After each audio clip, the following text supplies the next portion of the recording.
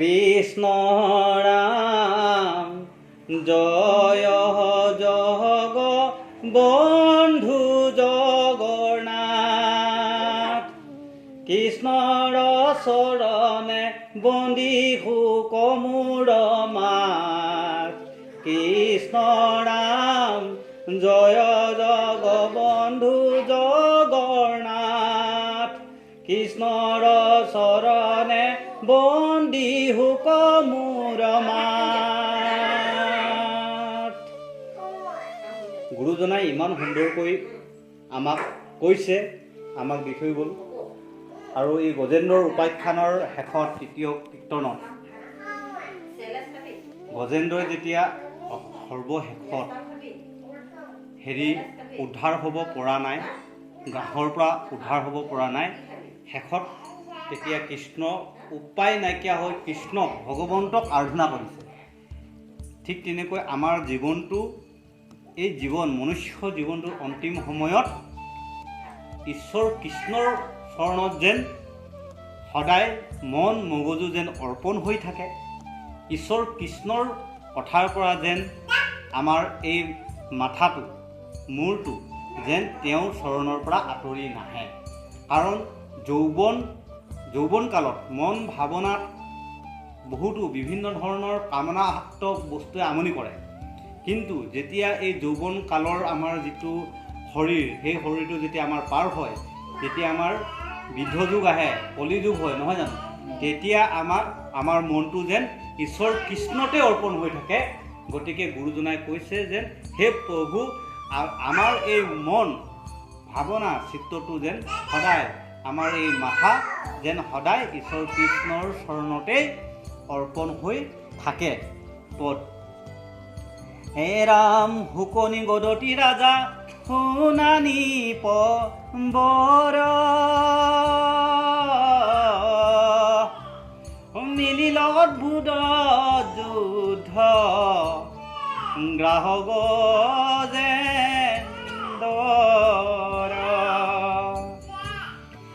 আকাশত দেৱগণে দেখন্ত বিস্ময় গ্ৰাহ গজেন্দ্ৰৰ কিছু নাহি ভংগ জয়। ইমান সুন্দৰকৈ কৈছে। আৰু গ্ৰাহৰ গজেন্দ্ৰৰ এনে এখন যুদ্ধ হৈছে, যিটো যুদ্ধত গ্ৰাহ আৰু গজেন্দ্ৰৰ যুদ্ধ ভংগ হোৱা নাই। এনেকৈ যুদ্ধ হৈছে, সেই গোটেই আকাশৰ পৰা দেৱতাসকলে দেখা পাই বিস্ময় হৈ গৈছে। আৰু তেওঁলোকৰ কোনো যুদ্ধ বৰ্তমানেও ভংগ হোৱা নাই। ইমান দিন যুদ্ধ হৈছে তেওঁলোকৰ। গতিকে এই যুদ্ধ তেওঁলোকৰ ভংগ নোহোৱা দেখি দেৱগণ আচৰিত হৈছে, বিস্ময় মানিছে। এনেকুৱা এটা অদ্ভুত যুদ্ধ হৈছে গ্ৰাহ আৰু গজেন্দ্ৰৰ। এতিয়া ইয়াত দেৱগণ কাক বুজাইছে, নহয় জানো? এইটো এটা ডাঙৰ কথা আহে আমাৰ, যে গ্ৰাহ গজেন্দ্ৰৰ যুদ্ধত দেৱতাসকলে যে বিস্ময় মানিছে, যে এই দেৱতাসকল কোন, কি বিস্ময় মানিছে তেওঁলোকে, নহয় জানো?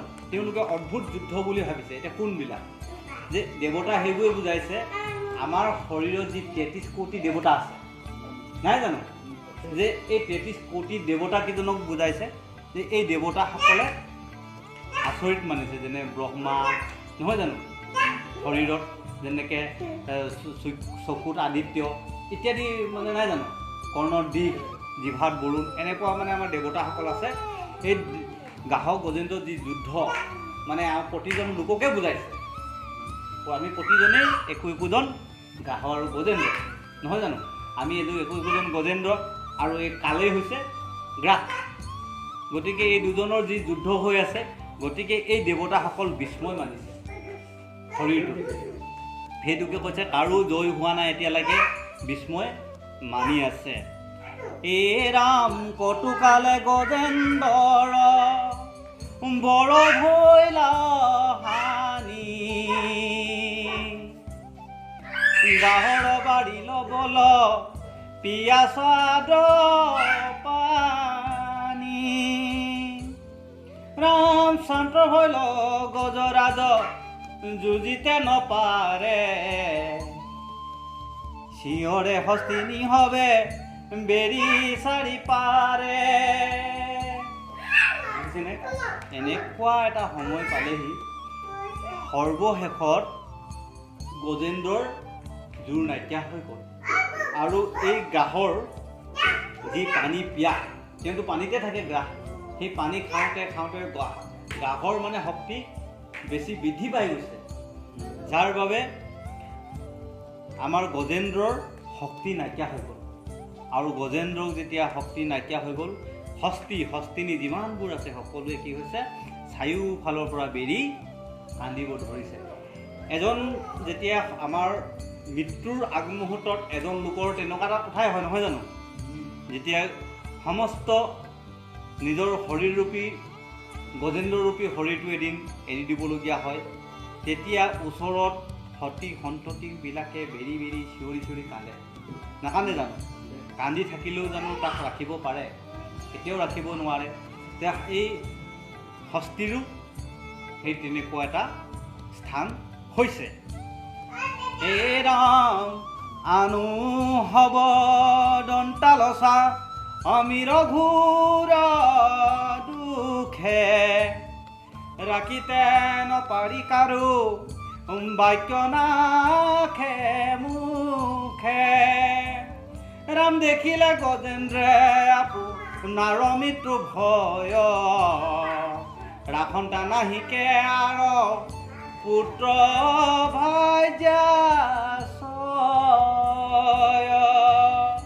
সৰ্বশেষত গজেন্দ্ৰৰ এনেকুৱা দুখ আহিল, য'ত নেকি নিজৰ পতি পত্নী পুত্ৰ যেতিয়া ৰাখিব নোৱাৰে, কোনো মোক এতিয়া ৰাখিব নোৱাৰে, তেতিয়া তেওঁ আৰু উপায় নাইকিয়া হৈ গৈছে। শেষত আমাৰো তেনেকুৱা এটা নহয় জানো, যেতিয়া মানুহজনৰ শৰীৰটো অচল হৈ যায়, পুত্ৰ বোৱাৰীয়ে হওক ঘৰৰ পত্নীয়ে হওক মানুহজনক কি কৰে মেডিকেল নিয়ে, ক'ৰবাত নিয়ে নহয় জানো, যে হেৰিয়ত লৈ গ'ল মেডিকেল নিয়ক ভাল হওক, ডক্টৰে ট্ৰিটমেণ্ট কৰিলে ভাল নহ'ল, ইফালে কিবা কৰিলে ভাল নহ'ল, অন্তিম সময় নহয় জানো, তেতিয়া তেওঁক ৰক্ষা কৰোঁতা কোনো নাই। সেই সময়ত সেই মানুহজনৰ যিটো গজেন্দ্ৰই ঈশ্বৰ কৃষ্ণক যেনেকৈ ত্ৰাহি হৰি বুলি ঈশ্বৰ কৃষ্ণৰ ওচৰত শৰণাপন্ন হ'ল, সেই সময়ত এই মনুষ্যৰূপী শৰীৰৰূপী গজেন্দ্ৰ আমাৰ যেতিয়া তেনেকুৱা এটা অৱস্থা আহে, তেতিয়া বিষ্ণুক অৰ্পণ কৰিব লাগিব, কৃষ্ণক অৰ্পণ কৰিব পাৰিব লাগিব নহয় জানো, তেতিয়াহে তেওঁ মুক্তি পথ পাব। যদি সেই সময়ত যদি কৃষ্ণৰ নাম নাহে, তেওঁ কেতিয়াও মুক্তিৰ স্থান নাপায়। আমাৰ গ্ৰাহক গজেন্দ্ৰৰ বোলা বস্তুটোৱে সেইটোৱে বুজাই আছে যে আমাৰ সৰ্বশেষত পতি পত্নী ডক্টৰৰ ওচৰত সকলোতে লৈ গৈছে, জীয়াই ৰাখিব পৰা নাই, তেতিয়া আমাৰ ঈশ্বৰ কৃষ্ণৰ অৰ্পণৰ বিনে কোনো নাই। গতিকে সেইকাৰণে গুৰুজনে আগতে লিখিছে যে সেই জগন্নাথৰ ওচৰত মোৰ মাথাটো সদায় থাকক, যে আমি এতিয়াৰ পৰা ঈশ্বৰ কৃষ্ণ জগন্নাথৰ ওচৰত মাথাটো অৰ্পণ কৰি থ'লেহে সেই মৃত্যুৰ গ্ৰাহক গজেন্দ্ৰৰ যি সময় অন্তিম সময়, তেতিয়া বিষ্ণুক বা কৃষ্ণক আৰাধনা কৰা হ'ব নহয় জানো। যদি আমি এই সময়ছোৱাতে যদি আমি এইটো আৰাধনা নকৰোঁ, তেনেহ'লে আমাৰ মনলৈ সেইবোৰ নাহে আৰু আয়ৈ বিয়ৈ মোক বচাও বচা কৈয়ে তেওঁ অন্তৰ্ধান হ'ব লাগিব নহয় জানো, যে শৰীৰ ত্যাগ কৰিব লাগিব, আৰু সেই শৰীৰটোৱে কেতিয়াও মুক্তি নাপায় নহয় জানো। এই কথাটো ইমান সুন্দৰকৈ কৈ আছে। এতিয়া কৈছে ৰাম সংকট বেলাত টান হতভূত বুদ্ধি ভৈল, কি ভৈল বুলি গুণিবা কলৈল। ৰাম হে আমি হেন গজেন্দ্ৰ জগতে যাক কহে, মহাগৰ্বে ভ্ৰমন্তে ধৰিলা জলগ্ৰাহে। শেষত গজেন্দ্ৰৰ এনেকুৱা এটা হ'ল, সেই সংকটৰ সময়ত তেওঁৰ মগজলৈ এটা সৎ বুদ্ধি আহিল, আৰু সেই সৎ বুদ্ধিটো অহাৰ কাৰণে কি হ'ল বুলি নিজক চিন্তা কৰিব ধৰিলে। কোনেও যেতিয়া বচাব নোৱাৰিলে, তেতিয়া তেওঁ সৎ বুদ্ধি আহিলত তেওঁ কি কৈছে, ঈশ্বৰ কৃষ্ণক ভগৱন্তক তেওঁ কি কৰিছে, প্ৰাৰ্থনা কৰিছে, স্তুতি কৰিছে।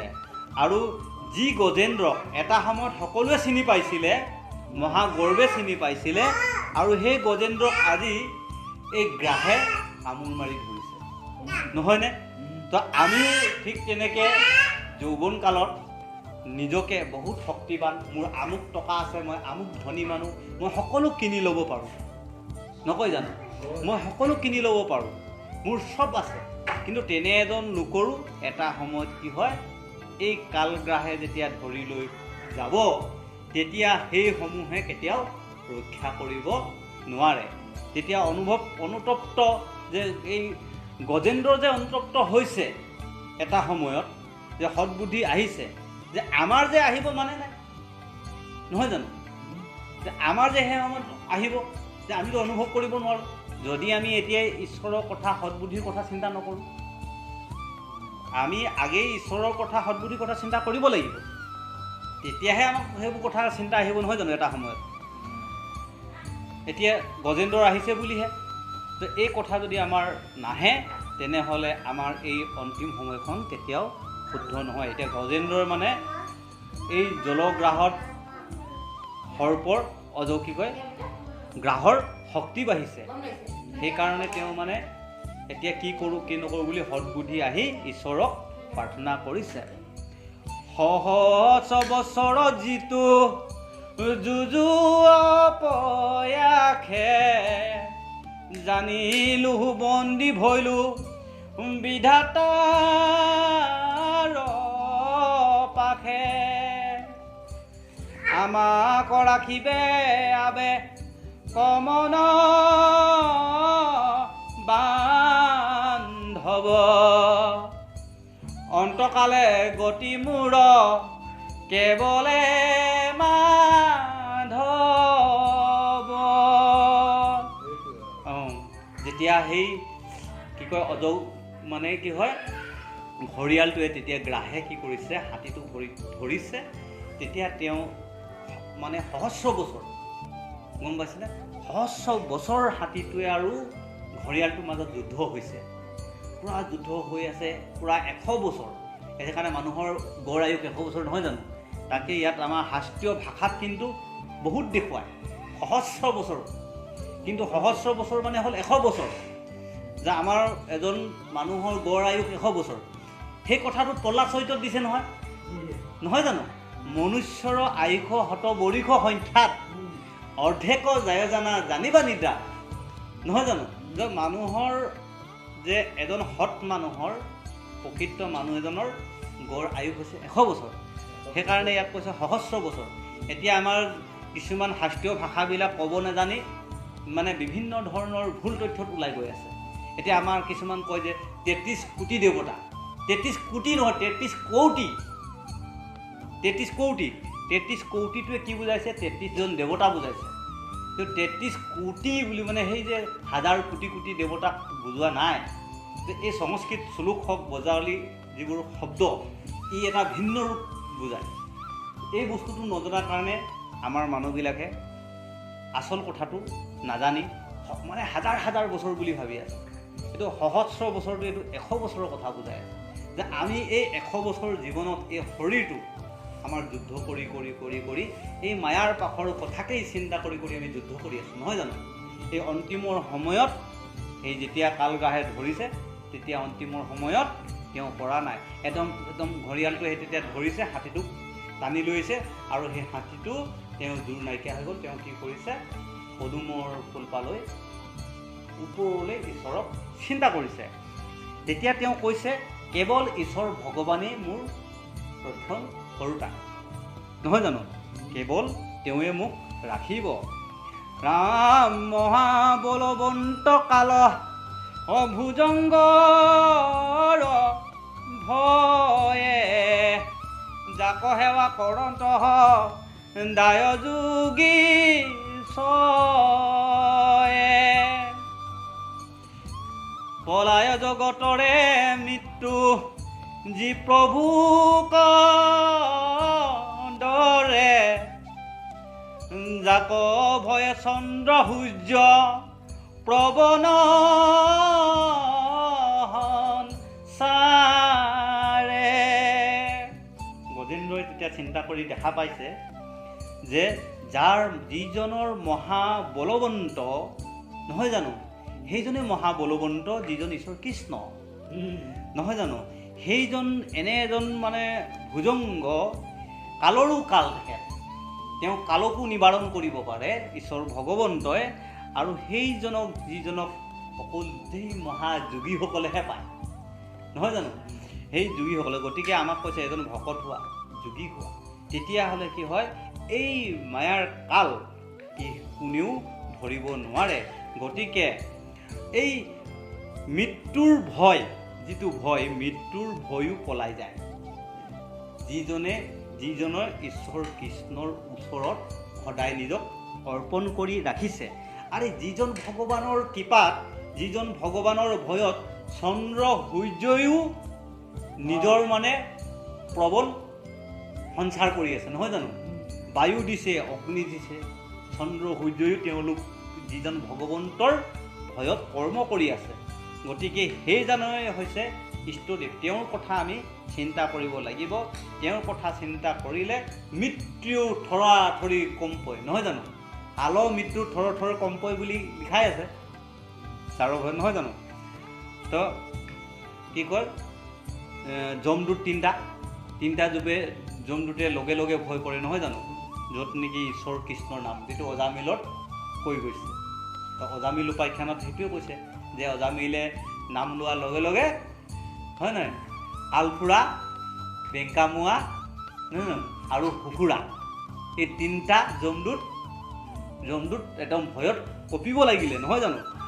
তো এই মৃত্যুৰ যি যম, সি একদম পূৰা কঁপি যায় ভগৱানৰ নামত, সেইকাৰণে ভগৱানৰ নাম ল'ব লাগে, আৰু কঁপি গৈছে সেইকেইটা।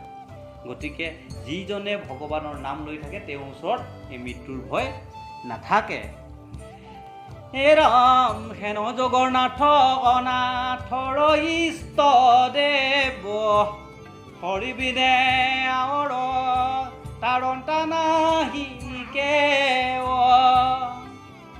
এহি বুলি মৰণতো নভৈল বিকল, খুন্দে মেৰাই ধৰি লন্ত সুবৰ্ণ কমল। আৰু এই কথা তেওঁ মনলৈ শুদ্ধ চিন্তা অহাৰ লগে লগে গজেন্দ্ৰই কি কৈছে, পদুম ফুলপাহ দাঙি লৈ আকাশলৈ দাঙি ভগৱন্তৰ চৰণলৈ অৰ্পণ কৰিছে, ভগৱানলৈ প্ৰাৰ্থনা কৰিছে। যিজন ঈশ্বৰ জগন্নাথ, অনাথৰ নাথ, ইষ্টদেৱ, তেওঁৰ বিনে আৰু তাৰণতা কোনো নাই। গতিকে মৰণৰ সময়ত তেওঁৰ চৰণত সদায় অৰ্পণ কৰি ঈশ্বৰ কৃষ্ণৰ নাম লৈ সুবৰ্ণৰ কমল পদুম ফুল তেওঁ কি কৰিছে, দাঙি ধৰিছে। পৰম আনন্দে মাধৱত দিয়া চিত্ত, গজেন্দ্ৰে কৰিলা স্তুতি আতি বিপৰীত, যাক স্মৰি তৰি অসুখে ঘূৰ নৰক,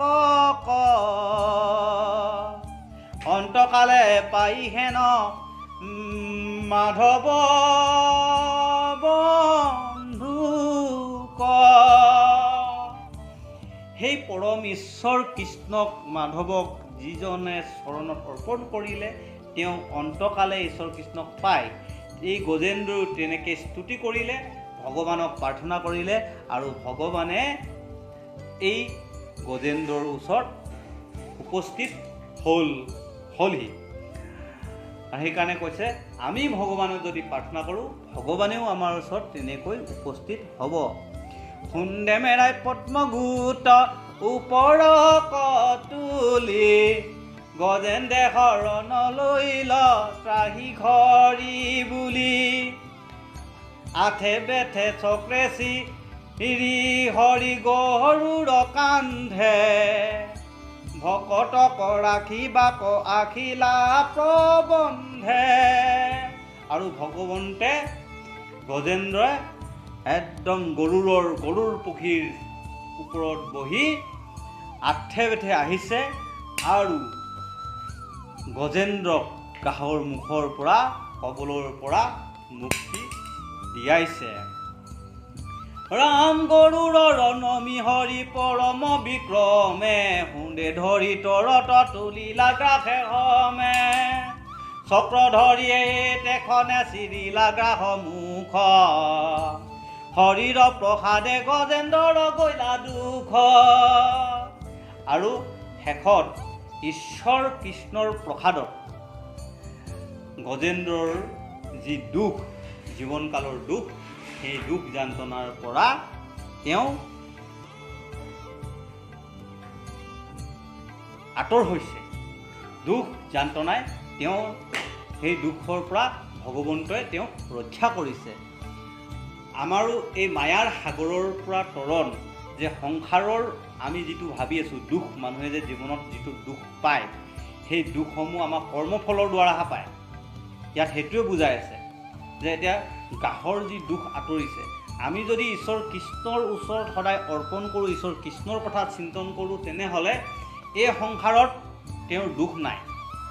এই কথাটোত এইটোৱে আমি দেখা পাইছোঁ যে ভগৱন্তৰ ঈশ্বৰ কৃষ্ণত যদি আমাৰ এই মস্তক যদি সদায় আমাৰ ঈশ্বৰ কৃষ্ণৰ চৰণত যদি অৰ্পণ কৰি থওঁ, ঈশ্বৰ কৃষ্ণৰে কথা চিন্তন কৰোঁ, তেনেহ'লে সেই ঘৰত সেইজন লোকৰ কেতিয়াও দুখ নাই। কেৱল হৰি নামতেই সুখ আছে। হৰি নামৰ বিনে বাকী সকলোতে দুখেৰে পৰিপূৰ্ণ। এতিয়া গজেন্দ্ৰৰ যিটো কি কথা হ'লগৈ, শেষত গৈ গজেন্দ্ৰই ঈশ্বৰ কৃষ্ণ যেতিয়া হৰণ ল'লে, তেতিয়া তেওঁৰ কি হ'ল, দুখ দূৰ হ'ল,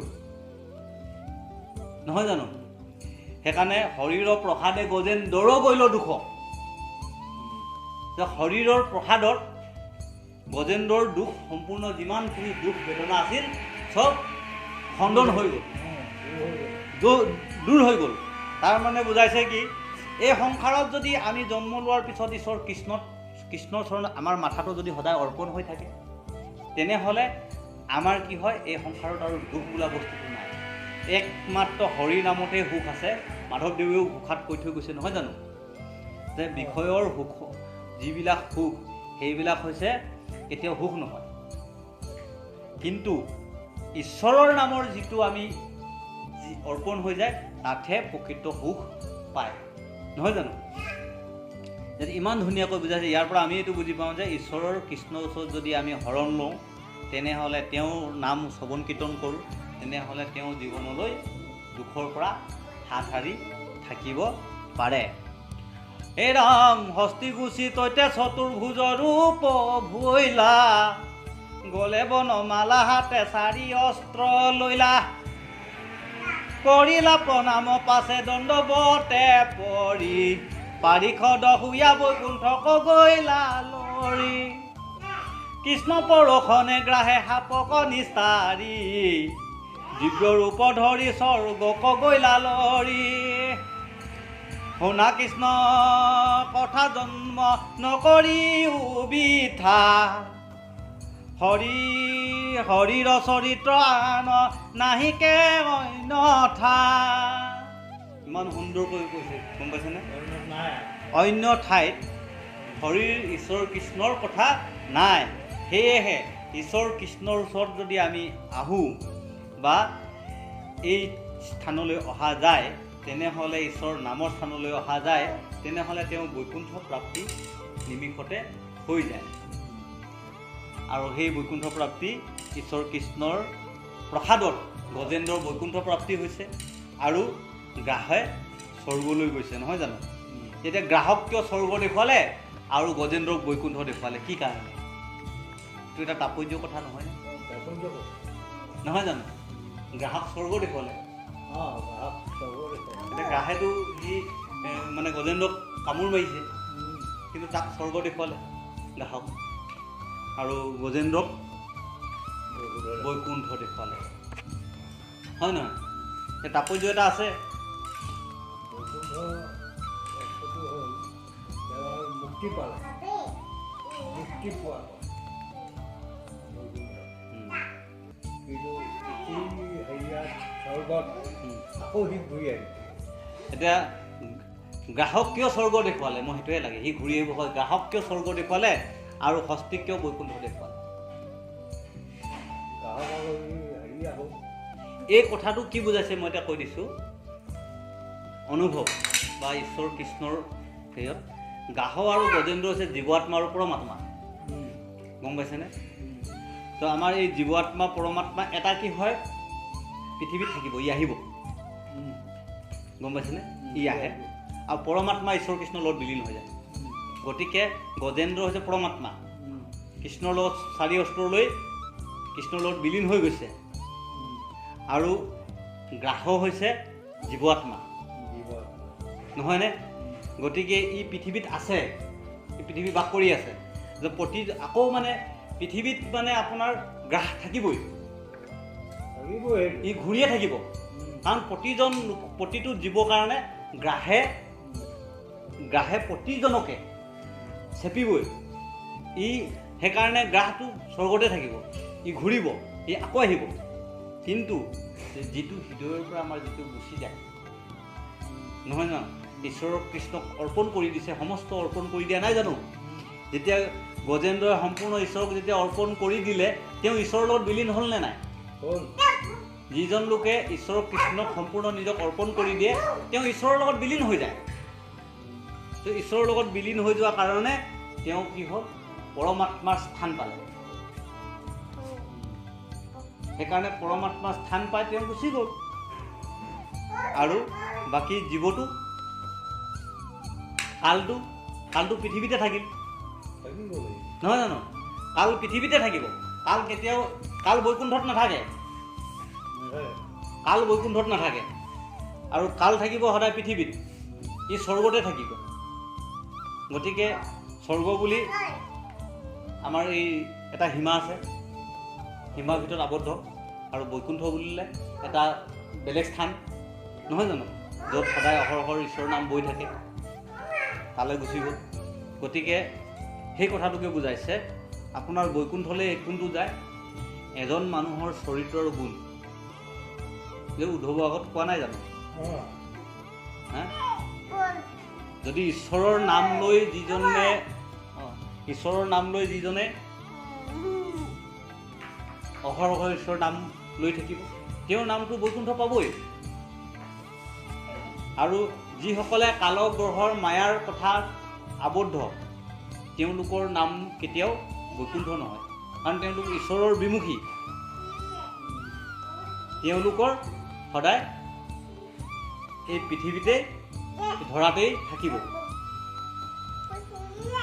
এই ৰাম দুৰ্লভ মনুষ্য জন্ম পাইলা কত ভাগে, সতৰে সংসাৰ হিন্দু তৰিবা লাগে, যত হুত ধন জন হবে বিষ্ণু মায়া, আকাশত প্ৰকাশে মেঘৰ যেন ছায়া। ইমান ধুনীয়াকৈ কৈছে, নহয় জানো? যে এই ধন জন পুত্ৰ এইবিলাক যিমানবোৰ আছে, এইবিলাক আকাশৰ এটা মেঘৰ ছাঁ, ই সকলো মায়া, এইবোৰ হৈছে বিষ্ণুৰ মায়া, নহয় জানো? এই মায়াটোও বিষ্ণুৰেই, গম পাইছেনে? ভগৱানৰ অংশ। গতিকে মায়া মাতৃ বিষ্ণুৰে অংশ, আৰু সেই মায়া মাতৃয়ে হৈছে যোগমায়া। আৰু যোগমায়াৰ পৰা কৃষ্ণ কৃষ্ণ ঔ হৰি ঔ ৰাম কৃষ্ণ, সেই যোগমায়াই হৈছে মায়া মাতৃ। গতিকে ঈশ্বৰ ভগৱন্তই বিষ্ণুৱে মায়াক সৃষ্টি কৰিছে, মায়াৰ পৰাহে জীৱবিলাক আহিছে, নহয় জানো? সেইকাৰণে দুৰ্গাৰ পৰা সৃষ্টি বুলি কয়। এতিয়া আদিত্য দেৱী দুৰ্গা বুলি চবেই কয়। গতিকে মানে দুৰ্গা পুৰাণত দুৰ্গাক সৃষ্ট বুলি দেখাইছে তেনেকৈ। কিন্তু যে এই বিষ্ণুৰ মায়া, সেই কথাটো উপলব্ধি নকৰে, কোনেও নকৰে যে ই এটা বিষ্ণুৰ মায়া, বিষ্ণুৰ পৰা সৃষ্টি হোৱাৰ মায়া। সেইকাৰণে কংসৰ কাৰাগাৰত কোন আহি গ'ল? কৃষ্ণ যেতিয়া নন্দ যশোদাৰ ঘৰলৈ গ'ল, কংস কাৰাগাৰলৈ কোন আহিলে? মায়া দেৱী, যোগমায়াক লৈ অহা নাই জানো? সেইকাৰণে কংসই মানে মায়া দেখিলে অদ্ভুত এগৰাকী পুত্ৰী জন্ম হোৱাই পালে পুত্ৰ পালে জানো কৃষ্ণক নাপালে নহয় কাৰণ মায়াটো এইপিনে গুচি আহিলে মায়া অহা মানে পুত্ৰী পাবই যেতিয়ালৈকে যেতিয়ালৈকে আমি হেৰিয়ত থাকিম কংস হৈ আমি যেতিয়ালৈকে কংস হৈ থাকিম তেতিয়ালৈকে এই যোগমায়াৰ খেলৰ ভিতৰতে থাকিম নহয় জানো আমি কৃষ্ণৰ নামত নন্দ আনন্দ হ'ব লাগিব নহয় জানো কৃষ্ণৰ নামত নন্দ আনন্দ হ'লেহে তাত কৃষ্ণ থাকিব ঈশ্বৰ হৰি নামত কৃষ্ণৰ নামত নন্দ আনন্দ হোৱা তাত মায়াৰ বাস নাই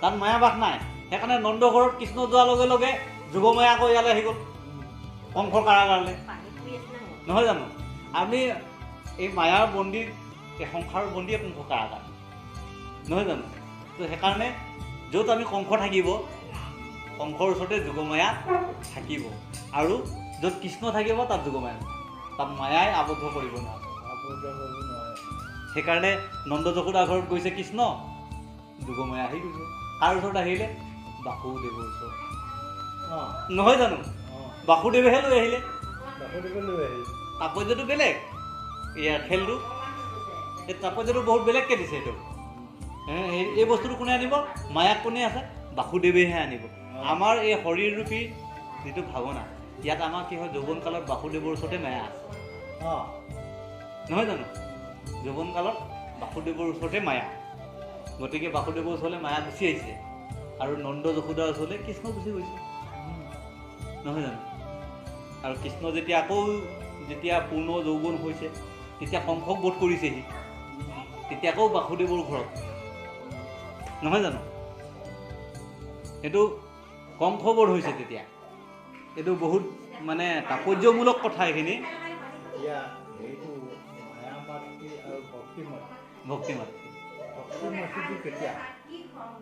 ভক্তি মাতৃয়ে দুগৰাকী আই নহয় জানো মায়া আৰু ভক্তি নহয় জানো যেতিয়ালৈকে আমাৰ মায়াত আবদ্ধ হৈ থাকিব তেতিয়া ভক্তি বুঢ়ী ভক্তি মাতৃ বুঢ়ী হৈ থাকে ভক্তি জ্ঞান আৰু বৈৰাগ্য বুঢ়া হৈ যায় নহয় জানো জ্ঞান বৈৰাগ্য যেতিয়া বৃদ্ধ হৈ পৰি থাকে যমুনা নদী পাৰত তাতো এটা তাৎপৰ্য দেখুৱাই থৈছে চব নাৰদে উৰি উৰি আহি আছে নাৰদে ভ্ৰমণ কৰি আহি আছে যমুনা নদীৰ পাৰত ভক্তিয়ে কি কৈছে কান্দি আছে ভক্তিয়ে কান্দি থকা নাই জানো তেতিয়া জ্ঞান আৰু বৈৰাগ্য বৃদ্ধ হৈ পৰি থকা নাইনে কান্দি আছে তেতিয়া নাৰদে সুধিছে যে তুমি কোন তেতিয়া তাই কয় যে মই ভক্তি এই দুজন কোন জ্ঞান আৰু বৈৰাগ্য কিয় বৃদ্ধ হ'ল এই তোমাৰ সন্তান ইমান বৃদ্ধ তুমি যৌৱন নহয় জানো তেতিয়া কৈছে নহয় যে মই যমুনা নদীৰ পাৰত অহাৰ লগে লগে কৃষ্ণৰ পৰশ পাই মই যৌৱন হৈ গ'লোঁ কিন্তু মোৰ জ্ঞান আৰু বৈৰাগ্য আজিও যৌৱন হোৱা নাই গতিকে জ্ঞান আৰু বৈৰাগ্যক যৌৱন কৰিবলৈ হ'লে আমি পুনৰ কৃষ্ণৰ নামৰ হেৰিয়ত নিব লাগিব তেতিয়াহে জ্ঞান আৰু বৈৰাগ্য আমাৰ যৌৱন হৈ উঠিব তো সেইকাৰণে কৈছে কি মায়াত আবদ্ধ হৈ থকা লাগে আমাৰ ভক্তি মাতৃ বুঢ়ী সেইকাৰণে কৈছে যে আমাৰ ভক্তিৰ পিছত যেতিয়া নাৰদ আৰু যেতিয়া ভাগৱত নমিষাৰণ্যৰ ভাগৱতৰ কথা শুনি নাৰদেও শুনিলে চাৰি সিদ্ধৰ মুখৰ পৰা শুনিলে পৰীক্ষিতে শুনিলে তেতিয়াহে জ্ঞান আৰু বৈৰাগ্য হেৰি হৈছে হয় নহয় কওক এই কথাটো এতিয়া ইয়াত কথাটো থাকি গৈছে বুজিছ নাই মায়া মাতৃ আৰু ভক্তি মাতৃ একেগৰাকী সেইটো হৈছে একেগৰাকী গতিকে ভক্তি বস্তুটো ৰাতিপুৱা হয় দিনটোত ভক্তি মানুহজনৰ লগত ভক্তি কৰে দিনটোত বা মানুহ ঘৰ পৰিয়াল বংশটোত নিজৰ বংশটোত পৰিয়ালটোত তেওঁ ভক্তি কৰে তাৰপাছত ৰাতি হ'লে মায়া মাতৃ হয় মায়া মাতৃ এই জন্ম হেৰিটো কয় সেইকাৰণে সেইটোৱে এই ভাগ হৈ গৈছে ভক্তি মাতৃ আৰু মায়া মাতৃ। এইটো বস্তু আমাৰ এইটো হেৰিয়াত এইটো ঘট দিয়া আছে। সেইটো অঁ সেইটোতো এজন মানুহৰ শৰীৰৰ ভিতৰতো চব আছে। অঁ চব আছে নহয় জানো? এজন মানুহৰ লগত মায়া আৰু ভক্তি দুইটা থাকিব। অঁ মায়া ভক্তি দুইটাই আছে। আপোনাৰ চাওক পাৰ্থক্যটো কোনখিনিৰ পৰা হৈ আছে? সত্যযুগত দেৱতা আৰু অসুৰ বেলেগ বেলেগকৈ আছিলে। সত্যযুগত তেতাৰ যুগত ক'ত হ'ল? পৃথিৱীত হ'লনে? অসুৰ আৰু দেৱতা পৃথিৱীত হ'ল। ৰাম আৰু ৰাৱণ পৃথিৱীত হ'ল। দ্বাপৰ যুগত একে ঘৰত হ'ল, এখন গৃহত। দ্বাপৰ যুগত এখন কোনটো হৈছে? পঞ্চপাণ্ডৱ আৰু দুৰ্যোধন একেখন গৃহত হ'ল নাই? দ্বাপৰ যুগত। তো দ্বাপৰ যুগত একেখন গৃহত হ'ল অসুৰ আৰু দেৱতা। আৰু কলি যুগত দেহত একেটা দেহতে অসুৰো আছে, একেটা দেহতে দেৱতাও আছে। গতিকে এজন মানুহ আজি ৰাতিপুৱা দেখিব সি ঈশ্বৰৰ কথা কৈ আছে, অলপ পাছত শুনিব সেই মানুহজনে বোলে আমুকটো চোৰ কেছত ধৰা পৰিছে। ৰাতিপুৱা সদায় বোলে নামঘৰলৈ যোৱা মানুহটোৱে আমুকৰ ঘৰ বোলে চুৰ কৰি বস্তু চুৰ কৰা কেছ এটাত ফচিছে। নহয় জানো? তেতিয়া তেওঁ সেইটো বদনাম হ'লনে নাই? যে তাৰপিছত বদনামটো ক'ত আহিলে? খুব বোলে নামঘৰৰ নামঘৰীয়া। নামঘৰৰ বদনাম আহিলে নাই? সেই বস্তুটো কি কাৰণে হ'ল? কাৰণ এই কলি যুগত আমাৰ দেহতেই গোটেইখিনি বস্তু সোমাই গ'ল। আৰু সেইকাৰণে কৈছে কলিকালত এই বস্তু সোমোৱাৰ কাৰণে একেজন মানুহক কেইবাটা ৰূপ দেখা পায়। ৰাতিপুৱা এতিয়া 3-4জন মানুহ বহিছে, সি ভাল কথা ক'লে, অলপ পাছত দেখিব তেওঁ তাত গৈ কিবা কিবি বেয়া কাম কৰি আছে। তো এইখিনি হয় মানে কলিকালত একেটা দেহাতে অসুৰ আৰু দেৱতা প্ৰৱেশ। সেইকাৰণে কলিকালত এগৰাকী নাৰীৰে আপোনাৰ এজন ৰূপকে বুজাই আছে। নাৰীয়ে হওক বা এজন পুৰুষকে বুজাই আছে। ইয়াতে ভক্তি আছে আৰু আমাৰ দেহতে ভক্তি আছে, আমাৰ দেহতে মায়া আছে। বিজুলি চমক যেন জীৱন থিৰ, পদ্মৰ পতৰ যেন জলনোহি স্থিৰ, কৃষ্ণ কথা শ্ৰৱণ কীৰ্তনে ভৰতৰি, হেন জানি সদায় ঘূ শিউ হৰি হৰি। ইয়াত এটা কথা একদম শেষত ইমান ধুনীয়া কৈছে যে পদুম ফুলৰ পাতত জল আছে, কিন্তু পদুম ফুলৰ পাতত কিন্তু জলখিনি লাগি নাথাকে। নহয় জানো? তাপৰ্যটো চব কেনেকৈ কৈছে। সেইকাৰণে কৈছে যে আমাৰ এই শৰীৰৰূপী দেহাটো এপাহ পদুম ফুল।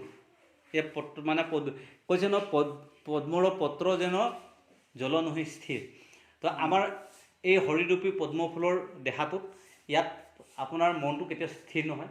গতিকে আমাৰ এই মনটোত মানে কি হ'ল, যিমানেই যি নহওক লেতেৰা বস্তুটো যি হৰি নামত যদি আমি অৰ্পণ হৈ থাকে, গম পাইছেনে?